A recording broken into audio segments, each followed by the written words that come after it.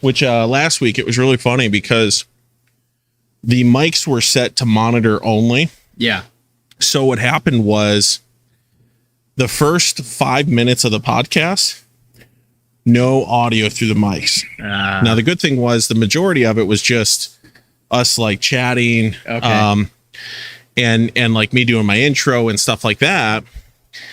And what was funny is I just went ahead and took this type of conversation, blurred it out, and then just recorded audio. Okay. Straight through it. So it actually turned out really well. And then I had like my Vision Consulting logo come up, and then I had his logo come up, which I might continue to do it that way. Yeah. Because it adds a little more of an official intro, and it looked really good. Okay. So good. I was really happy with it. Hey, Celine, were we in focus and everything? Perfect. Okay. Yeah, we got a really nice bokeh effect this time. Like last time, I had no idea what the hell I was doing with this camera. Oh, wow. And you know Jimmy, right? Yeah. Jimmy Stanton. Yep. So it's his camera. He let me borrow it, or is letting me borrow it. And he watched it. He goes, John, you can get that so much better. Oh, you haven't had this camera for all of them? No. Oh, okay. I started off with webcam. Okay. And then I lost the webcam. Oh, no. It fell over into the tub. Oh, no. So you set it up right by the tub then? Yeah. So I had another tripod that was much smaller than this and not nearly as good. Okay. And I was using that. And then like I set everything up beforehand, went in, do a couple things, and Celine came in and she's like, hey, your camera fell in. Oh, and I'm like, no way. no. It was like right before. So we had to use a different webcam. I tried using my phone for a while and it kind of worked, but not really. There's some issue with HDCP that I can't figure out. And then we went back to a webcam, and now we have this. What? Awesome. I figured as much. So yeah, I figured as much when she comes out. So audio's good, video's good. Dope. Cool. You're welcome to share the YouTube stream. All of you who are watching, which might only be like one person, but share the YouTube stream. Spread the word. So yeah, so we'll jump right into it. Okay. And like I said, just make it this conversation. Let's do it. Welcome everybody to TubPreneurs. I am your host, John Uplegger with Vision Consulting, helping businesses identify and communicate their values and vision so they can move forward with velocity towards their goals. Super excited today to have Corey Geer, both a friend, business associate, and more with me in the tub today. He is the CFO, Chief Financial Officer, correct, of Atlas Space Operations, which works with some pretty big name stuff. That's kind of crazy. Like, tell how the heck did you get working with a company that literally does business with NASA?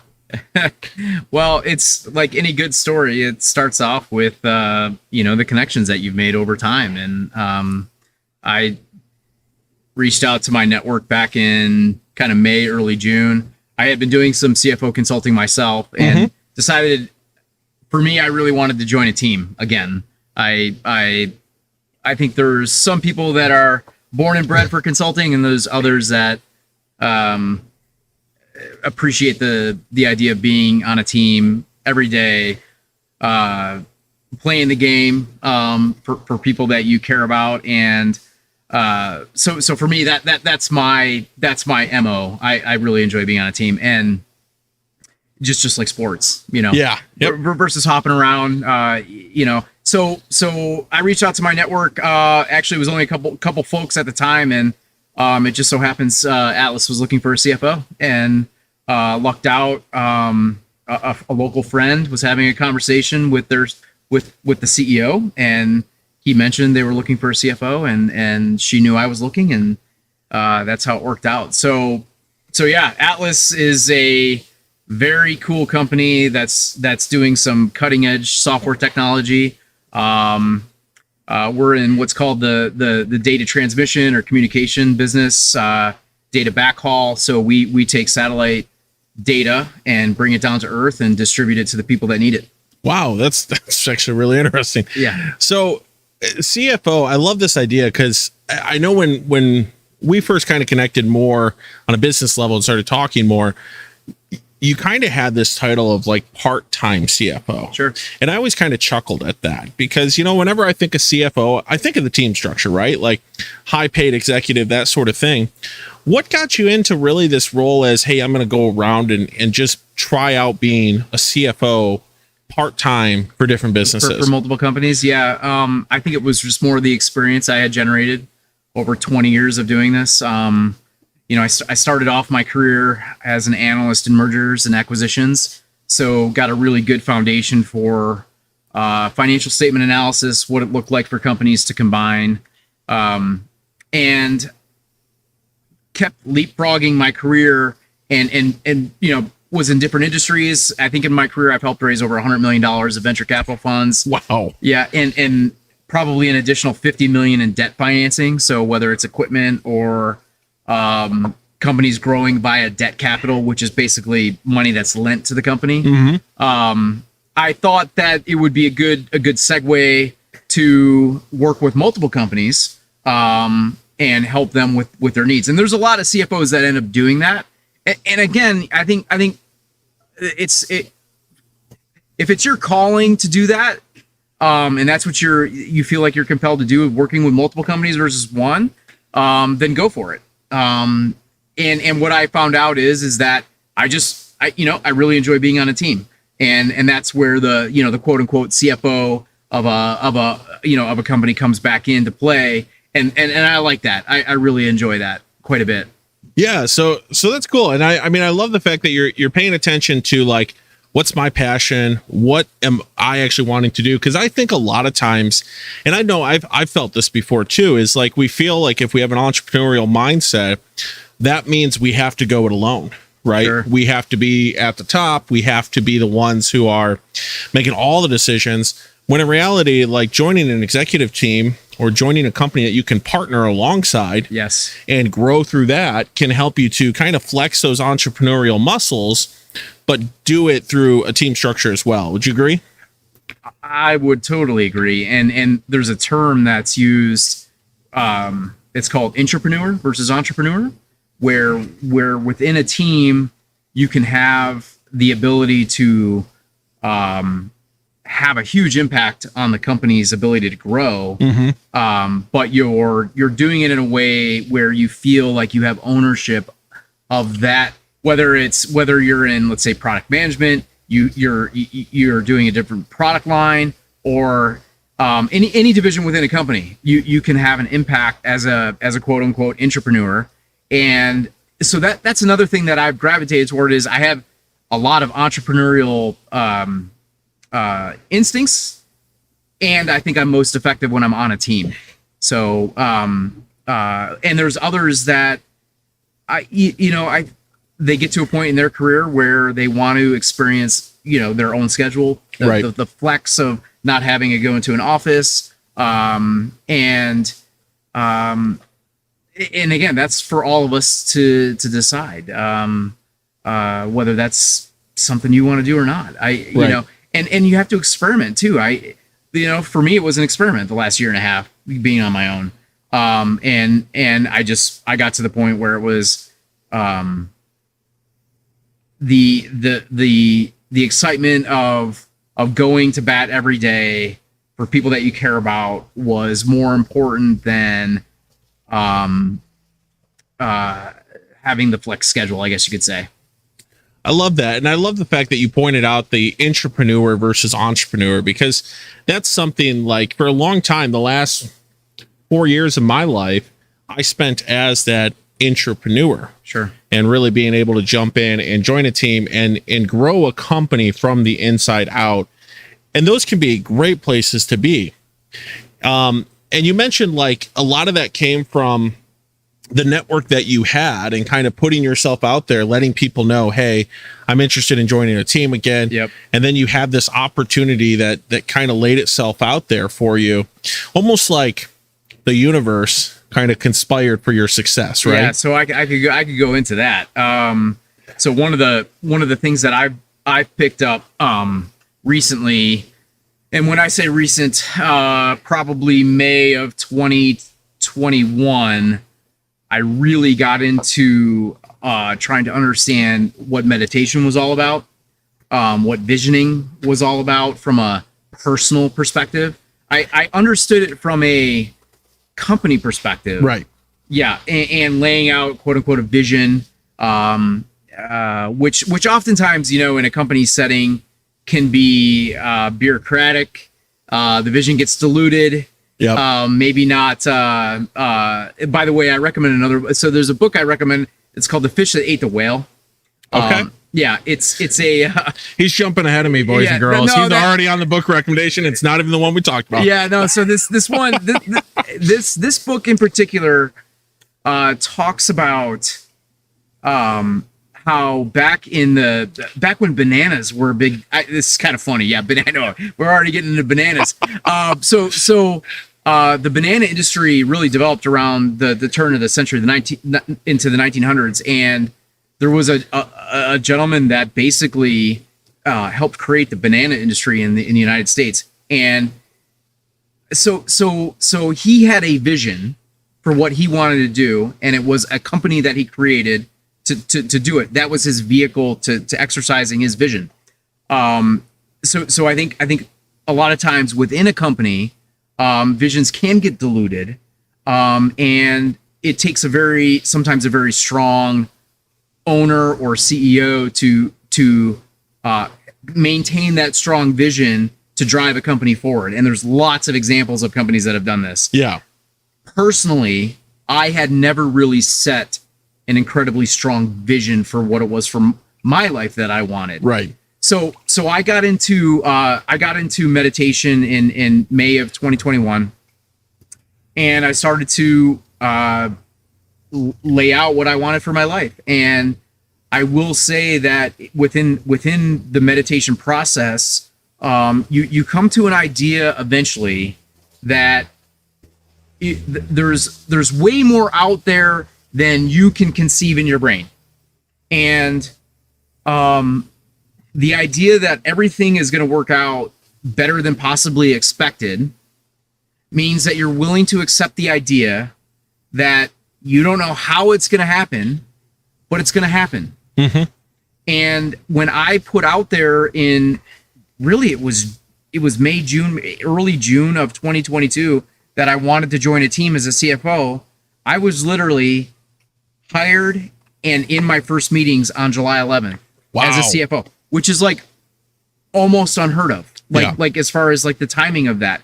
And I would highly recommend for anybody that's listening that if you have something that you really are passionate about and that you really want to do, that you can actually put out there the idea and accept the idea that it's going to happen in a way that you could possibly not imagine. Mm-hmm. And I think you and I have worked with the same coach, and Ken Scott. He's been on the podcast actually. Ken if you want to, I'm sure Corey's going to double click into some of this as is right now, which is awesome.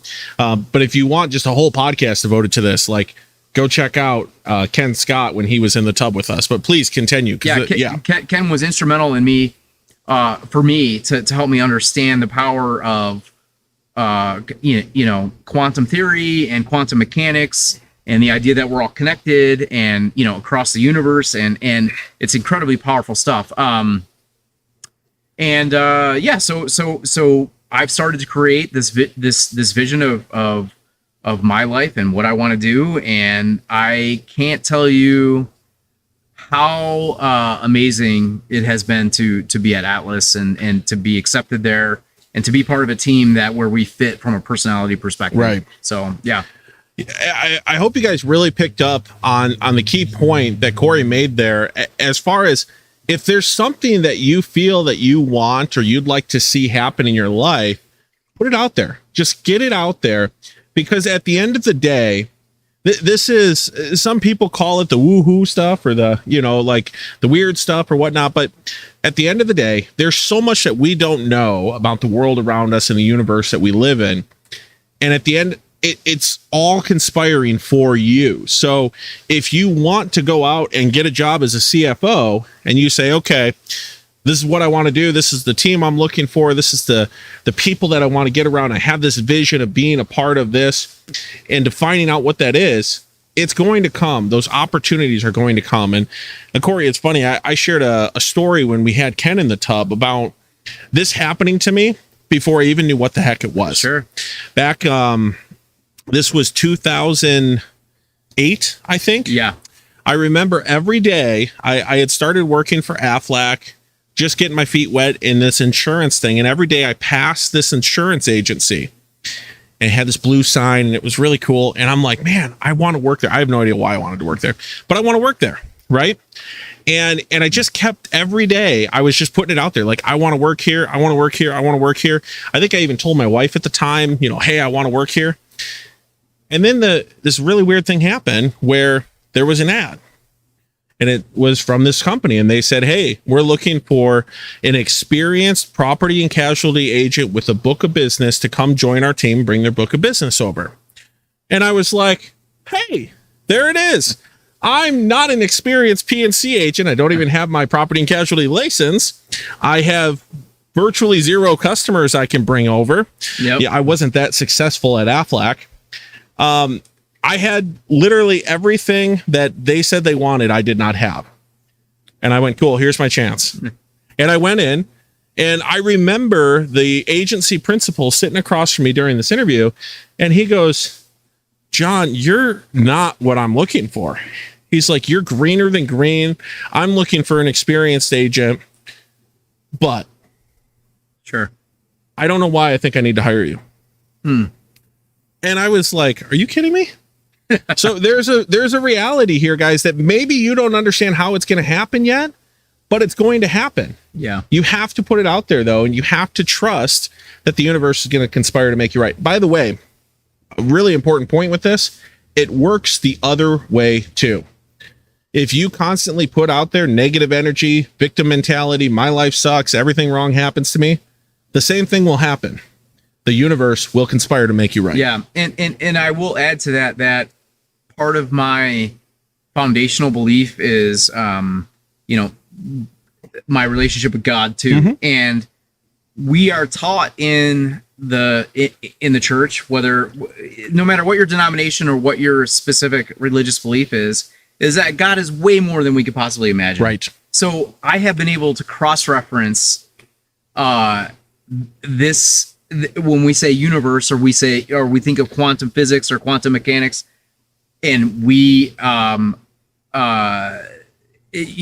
trying to reconcile our maybe some of our dogmatic beliefs with the idea that maybe we don't know everything, and that God is bigger. is I've been able to reconcile the two by saying part of my growth in the last year and a half, especially the last year and a half, has been this ability to say God is way more than we think. Yes. And whether it's one universe or an infinite number of universes, we really don't know, that you can tap into that. You Absolutely. can tap into that. And for some of us, maybe we came through the church. Maybe some of us did not. But I wholeheartedly believe there's a crossover there. That we can't ignore. And so I wanted to say that, just in case somebody is out there thinking, well, I'm a God-fearing person, and this universe stuff doesn't make sense to me. And my response would be, yes, but we're also taught that God is more than we can possibly imagine. So imagine that whatever that what was created is, we can tap into that in more ways than we can possibly know. Absolutely. So, yeah, absolutely. And I would second that, right? Yep. Being a Christian myself, obviously the podcast isn't about preaching at you or anything like that. But if you are struggling with that, and maybe your faith is Christianity, keep in mind that Jesus himself said, you're going to do greater miracles than I did. And I say a lot of that has to do with understanding that there's a whole lot more that we don't understand. And being open to that is just absolutely mind blowing. Yeah. And so there's so I know that there's been other guests on, and they've talked about, I think it was Bill Marsh Jr. talked about the gap in the gain, and talking about the gain. And sometimes these gains are evidence. So you're looking for evidence that it's working. So I would say for anybody that is, looking for evidence that so look back in your past and say, when were things working, and what mindset was I in when things were working? And if you can tap into that emotion, and you can tap into that I guess sometimes logic of why it was working. So think about the emotion that you were in, think about why it was working, and then re-tap into that if you're in a place where you're stuck, especially whether you're an entrepreneur that's starting a business, or you're somebody that's looking for a job, or you're not happy with your current environment. Go back to those points where things felt like they clicked, and get back into that emotion of, and I would describe that emotion as, sometimes people feel like you're in control. You're never really in control. It's a false feeling. It's more, are you feeling aligned with yourself? Yeah. Are you feeling aligned with, and it could be your vision, if that's how you want to be aligned, could be the future self that you want to talk to and say, if I could talk to my future self 10 years from now, and I was in alignment with what I wanted to be and I wanted to do, how would I feel? Yeah. How would I feel in that situation? And most of the time you're going to feel, the feelings are joy, peace, freedom. But this idea of being in alignment is super important. Yeah, I would agree. I was talking with Ken. I think this is going to end up being just a podcast about Ken, and I want to talk in a minute. I've got a question for you about mentoring, because I have a feeling there's some of that going on. Oh yeah. But as I was talking with him, he mentioned this idea of coherence, right? Like, I'm going to, we're actually working with a company that he's creating right now, and one of the things that he kind of found was, like, we're going to show up in a constant state of coherence. So every time that we show up to talk to somebody, we're going to be in coherence. And that's kind of what you're talking about, is really aligning that self so that you can go out there and you can be coherent, not only to what your inward feelings are and who you're being in that moment, but outwardly, what does that look like in the environment that you're in as well? Absolutely. I mean, so he, one of the stories that has resonated with me that he has shared that I have now has become a foundational belief is, when you're in coherence with yourself and you're in alignment with yourself, and you're every day waking up saying, today I'm going to move toward my vision, and I know who I am, is the story of Tom Brady. So I'm a Michigan grad. Yes. Go blue. Yeah, go blue. And my entire family went to Michigan State. So I have a little bit of go green, go white in me. I've been to plenty of Michigan State games. So for anybody here that's a Spartan, go green, go white. But if you're an OSU fan, we're not going to say that. Yeah. Yes. Although they haven't beaten Michigan now in 3 years. So anyway,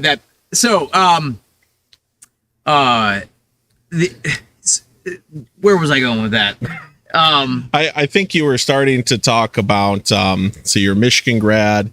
The Tom Brady story. Yeah, Tom Brady. Very good.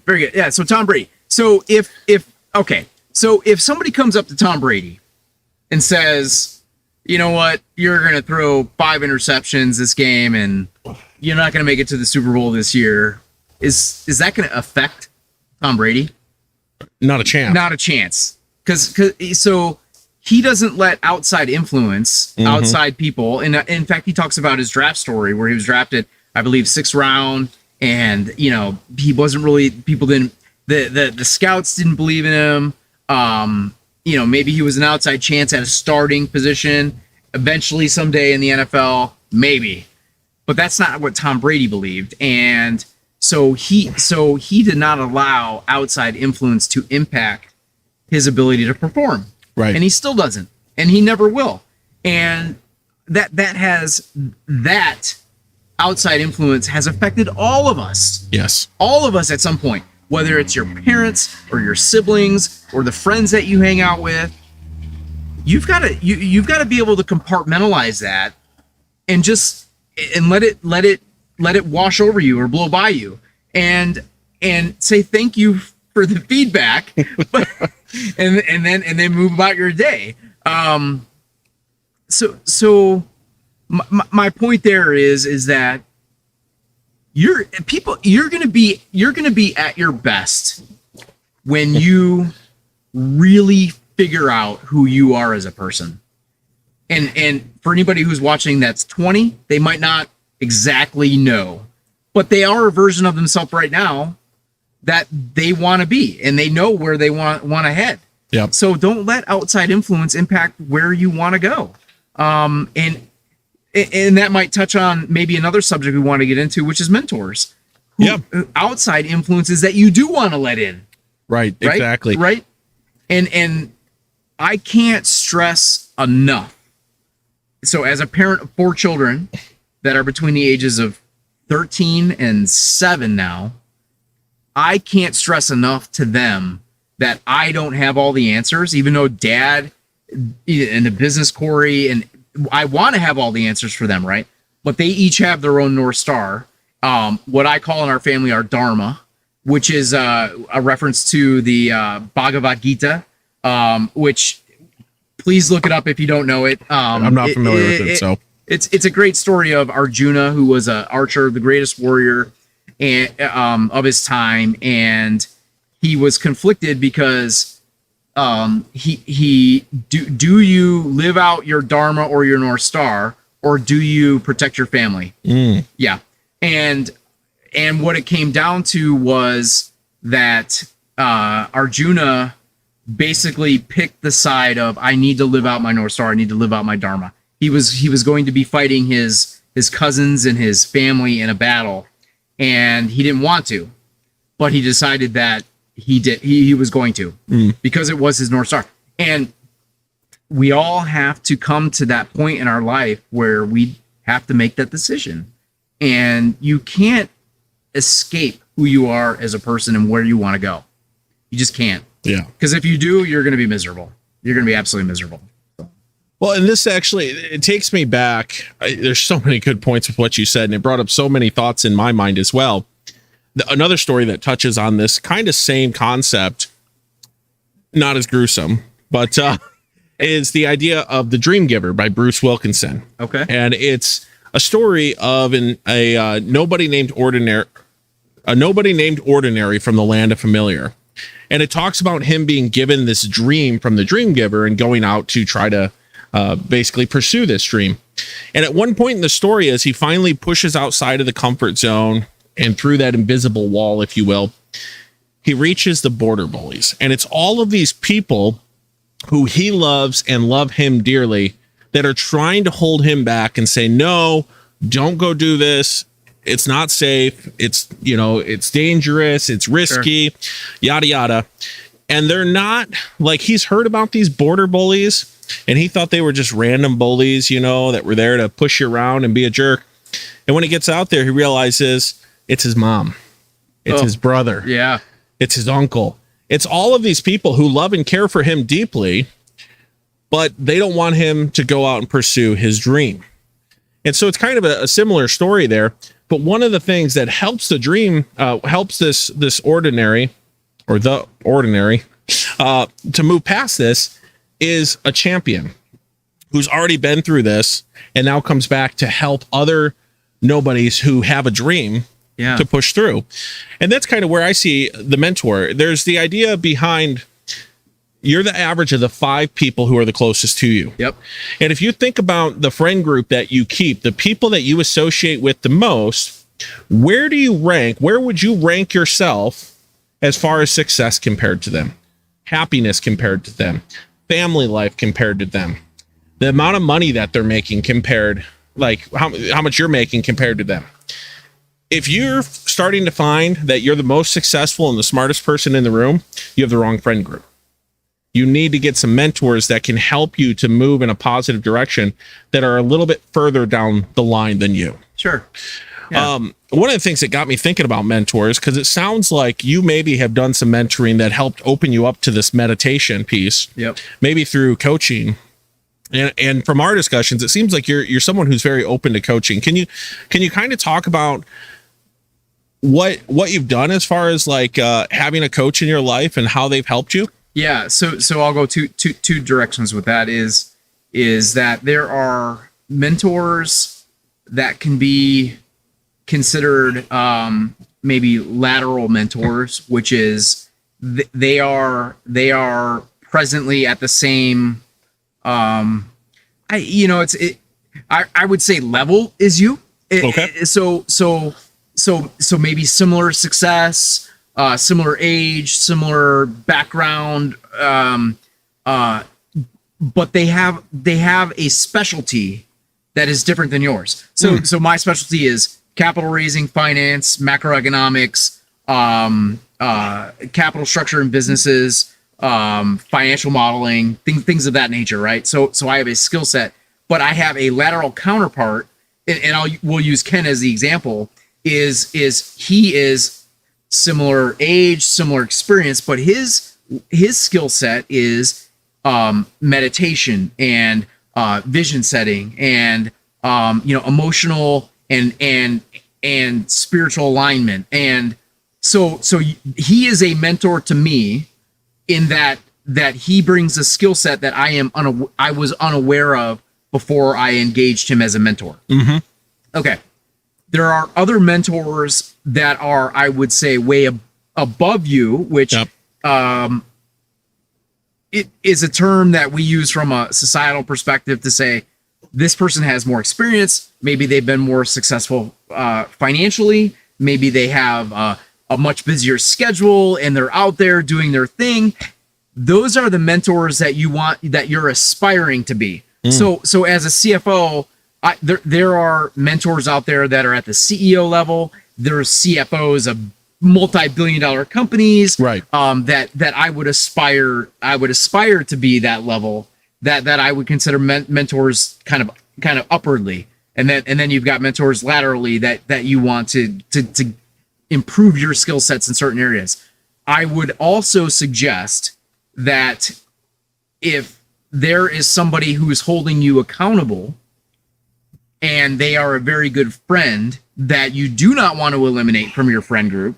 Yeah, very much. That is not maybe as, they're not motivated from a monetary perspective, nor do they want to be the best CFO, nor do they want to be the best spiritual counterpart to you. They would be somebody who I would consider an accountability mentor.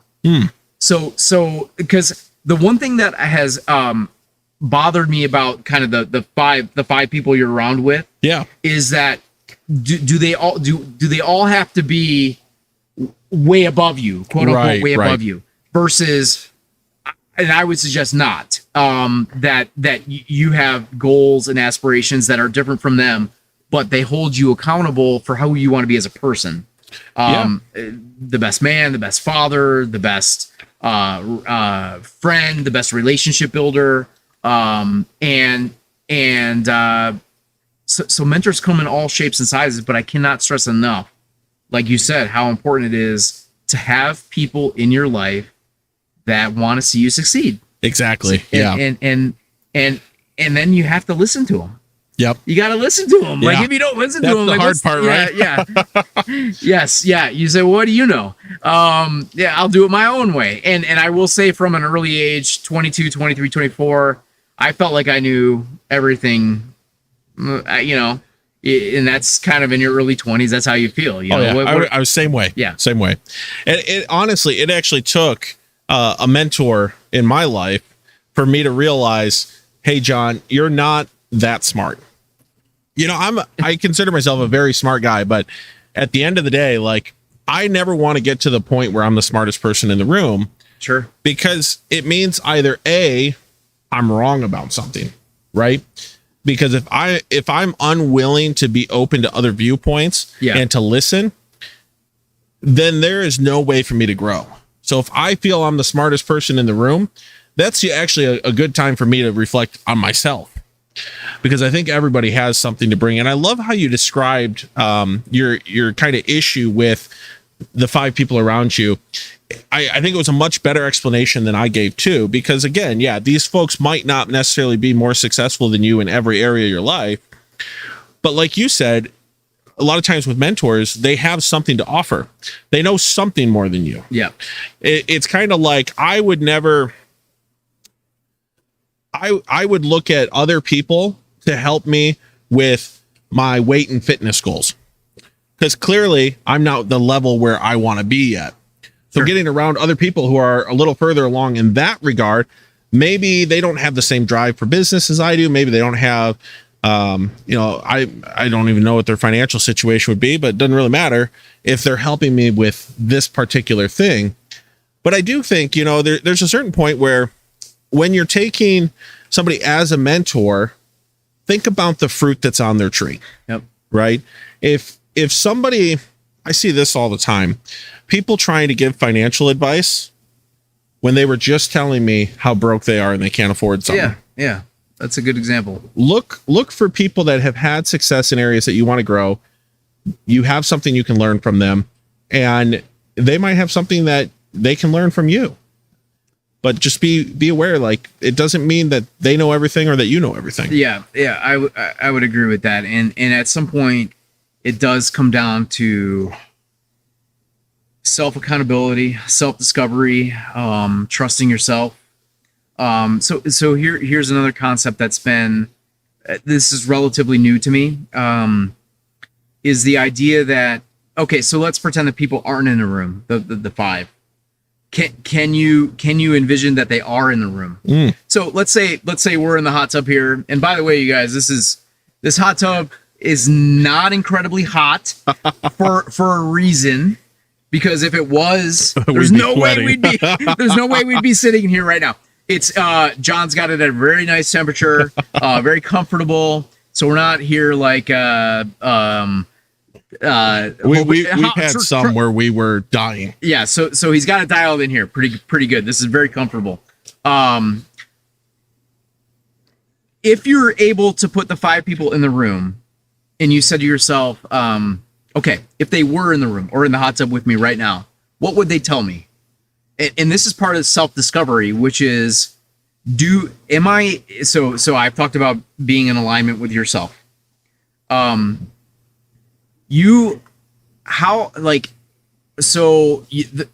Externally you can trust other people, and then internally you have to learn to trust yourself. So, and that comes down to self-accountability. And so it's self-discovery, self-accountability. Are you able to achieve at least some milestones yourself to get you to where you want to be? And we all struggle in various areas there. Some of us are good at making money. Some of us are good at have 6-pack abs and being in great shape, right? Some of us are good at eating the best foods. Some of us are good at being fathers or friends and building relationships. And I think until you start to realize like that it's a combination of external accountability and internal accountability, that's when you make the most gains. Can I trust myself in this deal? Yeah. Can I trust myself? And for me, there's been times where that it's like a loose cannon. It's like, yeah, you don't have maybe the external accountability that you need to stay in alignment. You don't have the internal accountability to stay in alignment. So there's a balance there that we all have to be able to find. And I don't think it's a new concept for people to realize, for me or you or whoever's listening to realize that, yeah, it makes a lot of sense to have 5 people in the room that are giving you a pathway forward.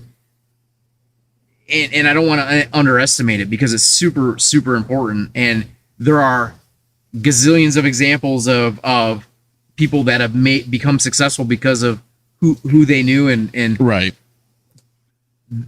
And you've also got to become accountable to yourself. Right. So I would agree with you. And I love how you kind of mentioned that, like, if those 5 people aren't in the room with you, envision them in the room. And the kind of thought that came to mind with that is kind of, as you're envisioning those folks in the room with you, those people that would be the 5 people that are going to help push you forward, what would they say?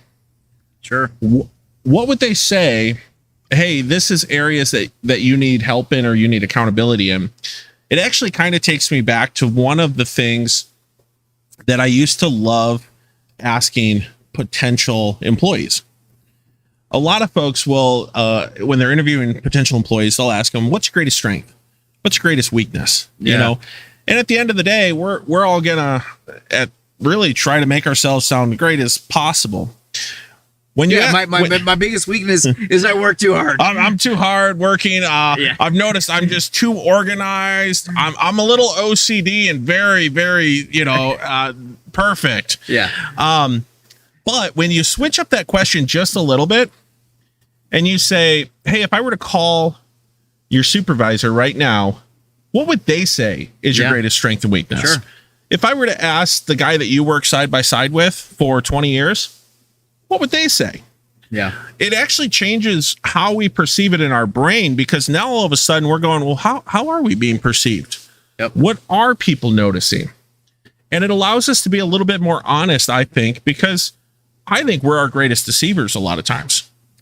For sure. And that goes back to knowing yourself, right? I don't remember who it was, but whoever said, know thyself, Socrates or Aristotle or whatever, know thyself is so important, because you've got to understand what you're good at.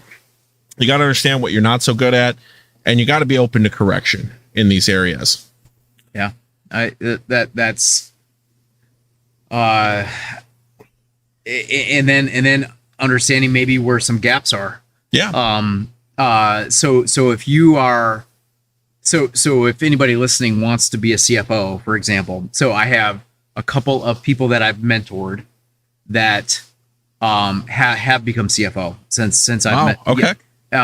And others that have done some really cool stuff, owning their own business or CEOs.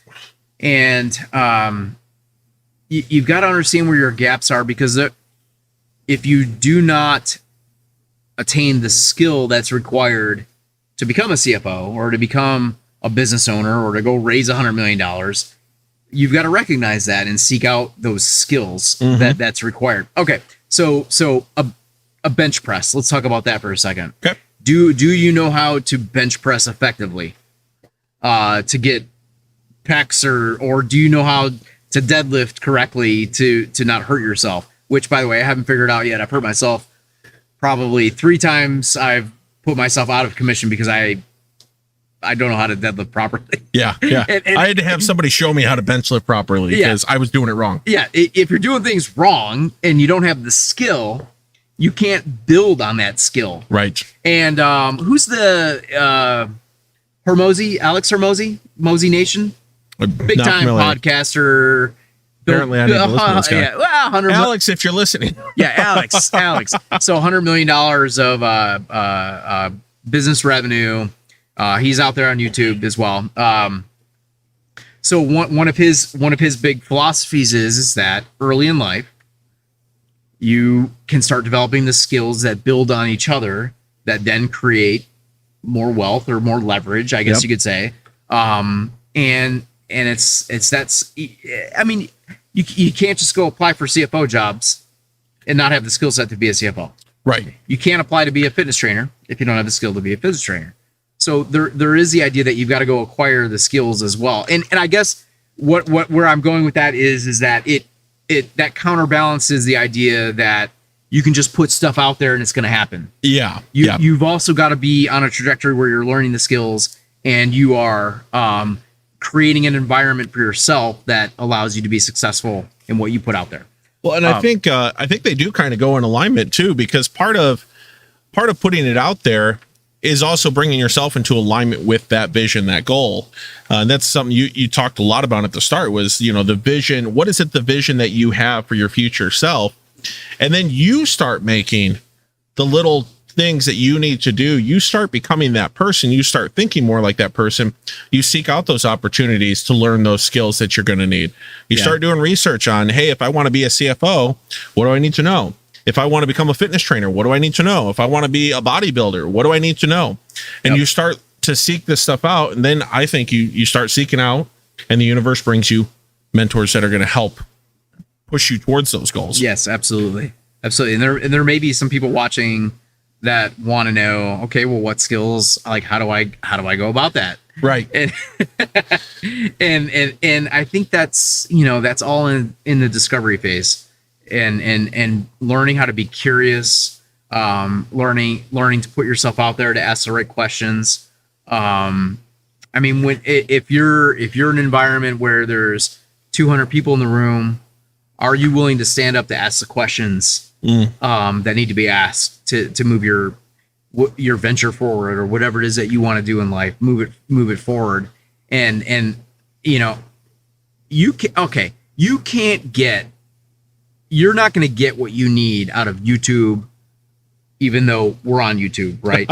You're going to get ideas. You're going to get inspiration. You're going to get self-reflection. But at the end of the day, you gotta put yourself out there, and you gotta go meet people. You've got to be in a position where you're talking one-on-one, or you're in a group setting that you're participating and contributing to the conversation. And one thing that does scare me about today's world is that, whether it's my kids, or I'm thinking about people that are maybe in their early 20s, is that they've lived in a world where so much has been digitally delivered. And frankly, you're not going to experience life by listening to YouTube. Yeah, that's true. You've got to put yourself out there. My best coaching conversations I've had, my best mentorship, whether I'm talking to a mentor or I'm helping mentor people, is not over Zoom. It's not over YouTube. And I can't stress enough how important it is to just go out there and be relational, be social, be somebody who wants to be out front, have that personal conversation. You're going to make mistakes. You're going to sound like an idiot at times, but most people who are willing to give their time already understand the reciprocal benefits of that. Right. And they're going to want to give their time if you're open to it. So it's kind of the thing that popped into my head as you were saying this is, success is not a solo sport. It's a team sport, and you have to have people around you. And I love what you said, as far as there's so much. We live in the information age, right? Yep. It's so easy for me to open Google, open YouTube, open Spotify, listen to this podcast, and get all these ideas and good things that are going to help me move forward in my life. But at the end of the day, it's all about relationships. And really, success is not a solo sport. It's a team sport. So you have to get around people. There's no such thing as success in a vacuum. It doesn't happen. You have to have people, whether they're buying your product, being a part of your team, giving you, mentoring you to bring you up. There are people involved in every aspect of your life, and you have to be good at talking with them. And it kind of makes me think about the importance of EQ over IQ. Yeah. So everybody, the idea of IQ, your intelligence quotient, it's set when you're born, which that's debatable. But EQ is your emotional quotient, and it's how well can you relate with people? How good are your people skills? How much empathy do you have? How much compassion do you have? How much ability do you have to hear a idea different from yours and not be closed-minded to it, not immediately shut down or get upset? And I think what we see a lot of times right now in the world is a whole lot of people who have very low EQ and have no idea how to understand people, because they do it all through the veil of the internet. Yeah, I mean, a lot of our relationship skills are developed when we're kids, and it might have been our parents that taught us our relationship skills, and maybe our parents weren't the best role models for that, and we've got to step into something new to understand that about ourselves. Yeah, I can't stress enough how much parents have influenced our absolutely our upbringing, whether it was a single parent, multiple parents, siblings, uncles, grandparents. We only know what we were born into, I guess you could say. And I think that we are all given at least some form of curiosity to seek something new, whether it's instinctual because we're all trying to survive and learn things that are new. And you can never, ever let go of that curiosity. Ever.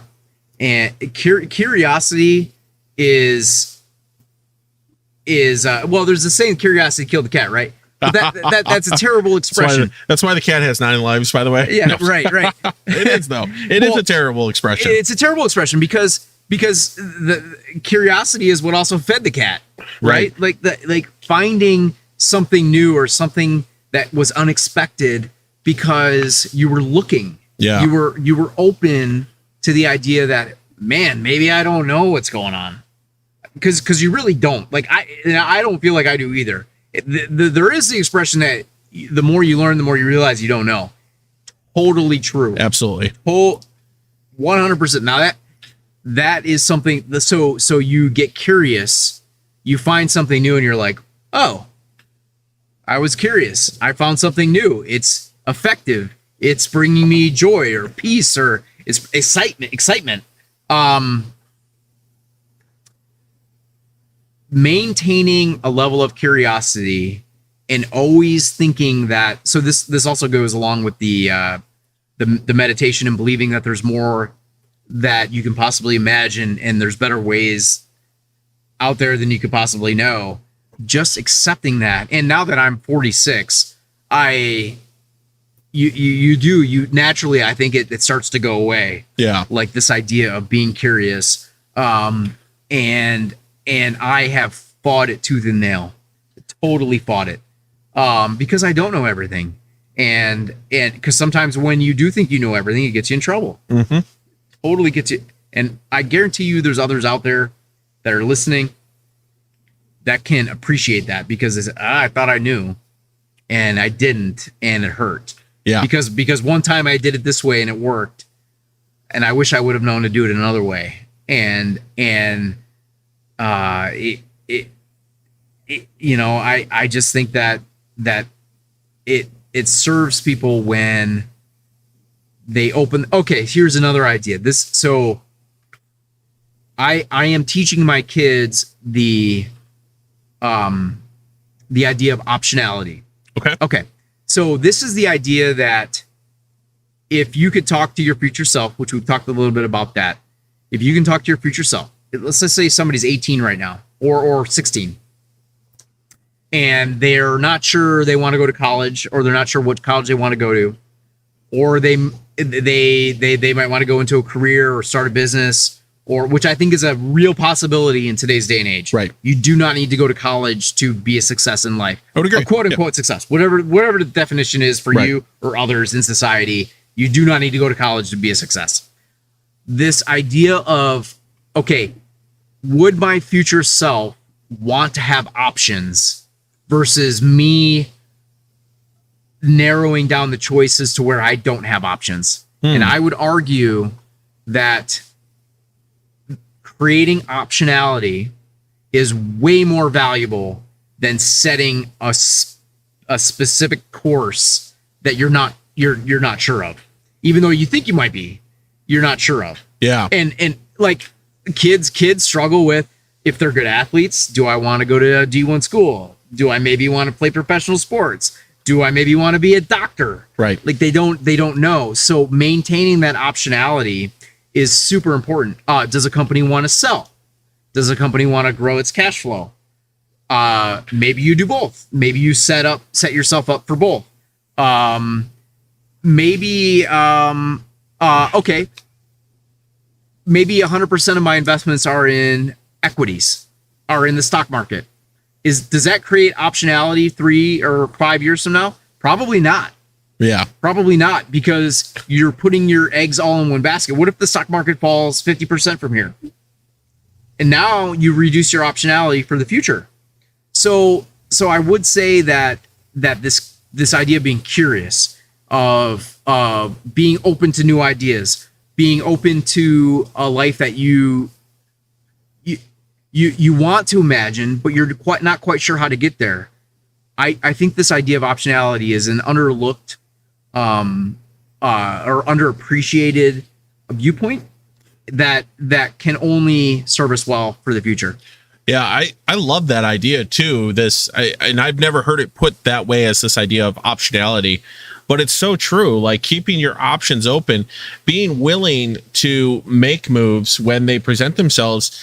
Just because you thought that, oh, I'm going to be the doctor, or I'm going to be whatever it is that you had it in your mind that you're going to be, it might even get to that point and find out that's really not what you want. Not what you want. Yeah. I have a good friend of mine whose wife was a dentist.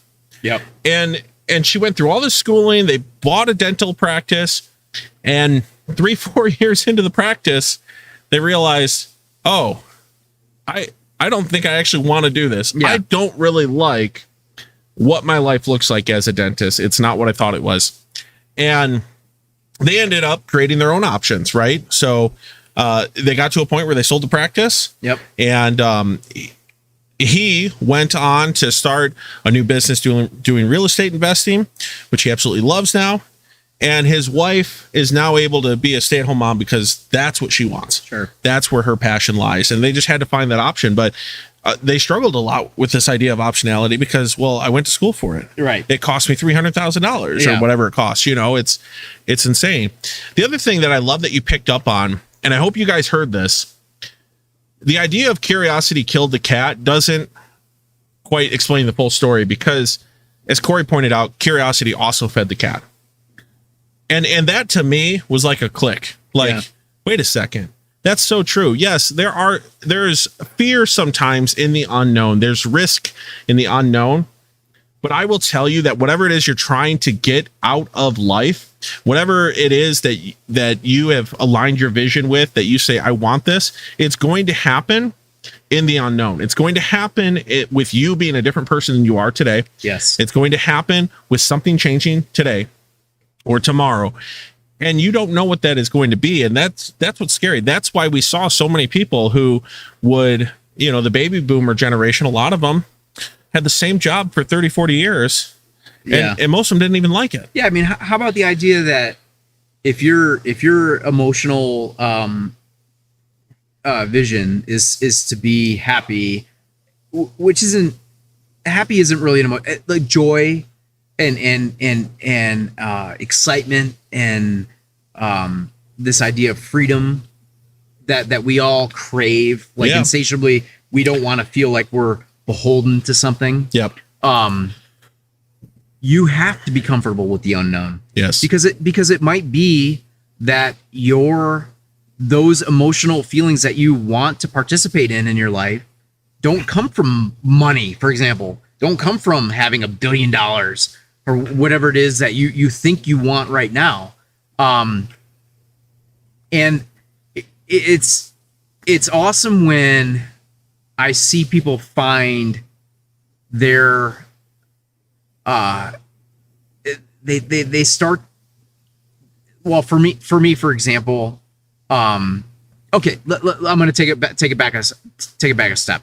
So if you buy a car that you can't afford, let's say you buy a BMW or Mercedes, and you sign a piece of paper that says you owe this every month, and you get that car.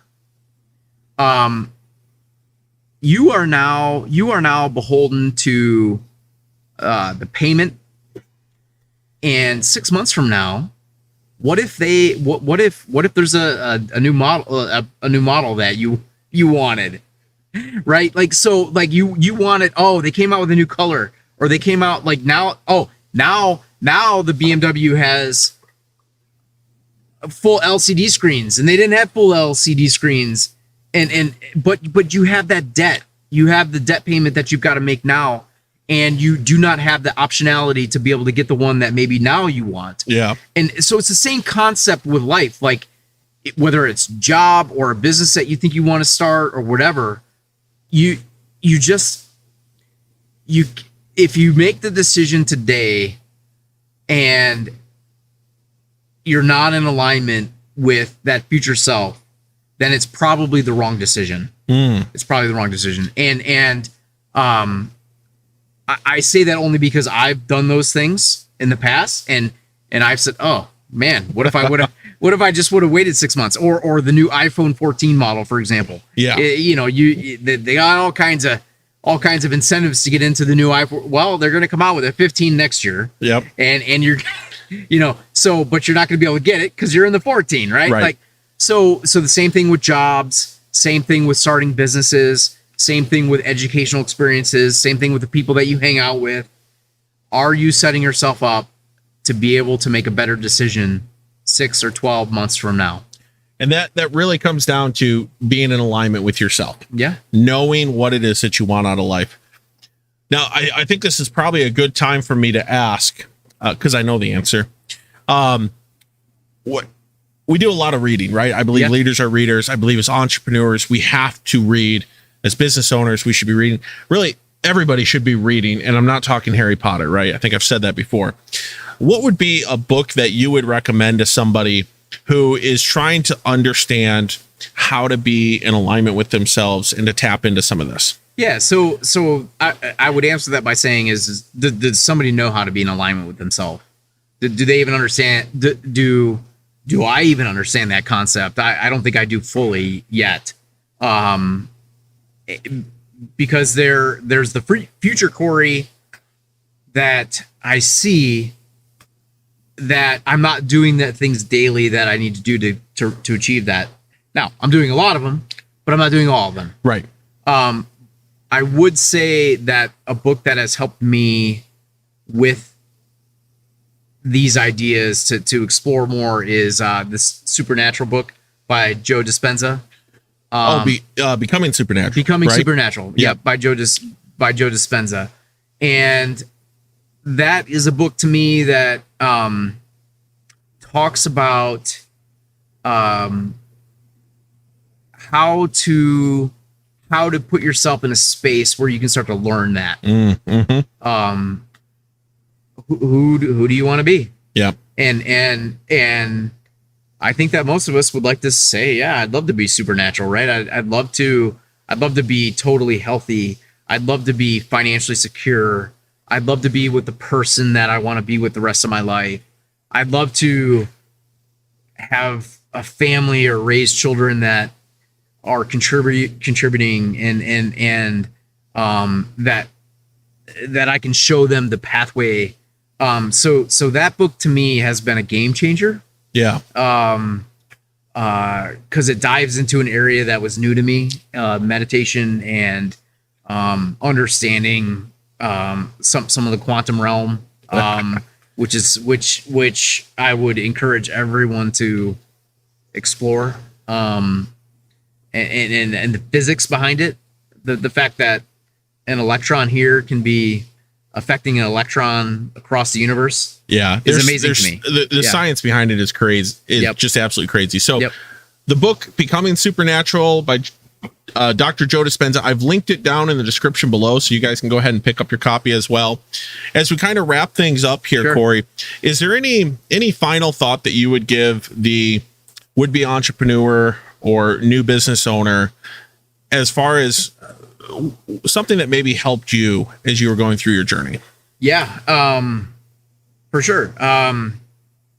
First thing is always seek out expert advice. That's a given. And I would say as you're building a team or you're looking to join a team as an entrepreneur, such as myself, that you're finding the right personality fits, that you feel aligned with the team,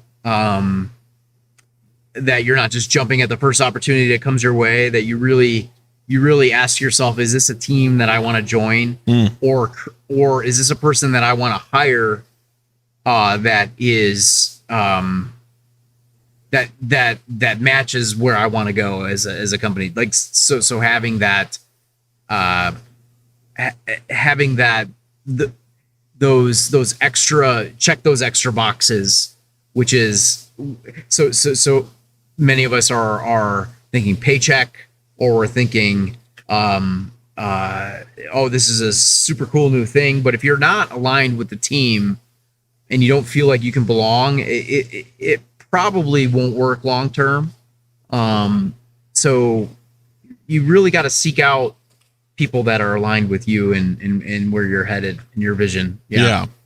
I love it. Well, thank you so much, Corey. There have been so many knowledge bubbles dropped, and I really trust that you guys got a lot out of this. I know I did.